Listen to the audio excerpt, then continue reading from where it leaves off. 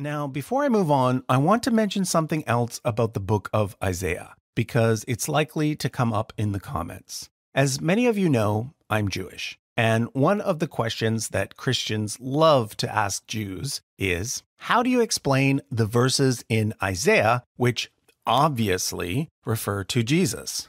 Here are just two examples of what they're talking about. Feel free to pause and have a quick read. So, yeah, at first glance, to anyone familiar with the Jesus story, these verses do seem to be referring to the birth and death of Jesus, events that would happen hundreds of years after the book of Isaiah was written. So to Christians, these are obvious prophecies about Jesus.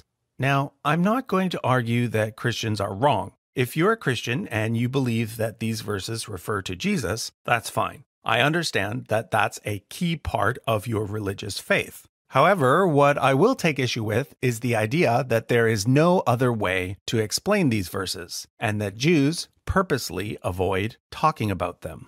That's simply not true. From a historical point of view, Isaiah 7:14 was likely written by first Isaiah and was addressed to King Ahaz of Judah. The word virgin is better translated as young woman, and the son is probably a reference to Ahaz's son Hezekiah, who became the next king and who ended up defending Judah against the Assyrians. Isaiah chapter 53 was likely written many decades later by second Isaiah. It is part of a series of poems known as the servant songs.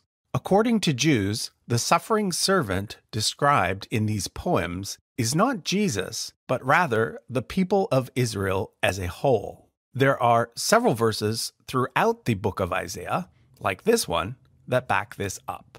So yeah, it's up to you how you want to interpret those scriptures, but please know that there are several options available.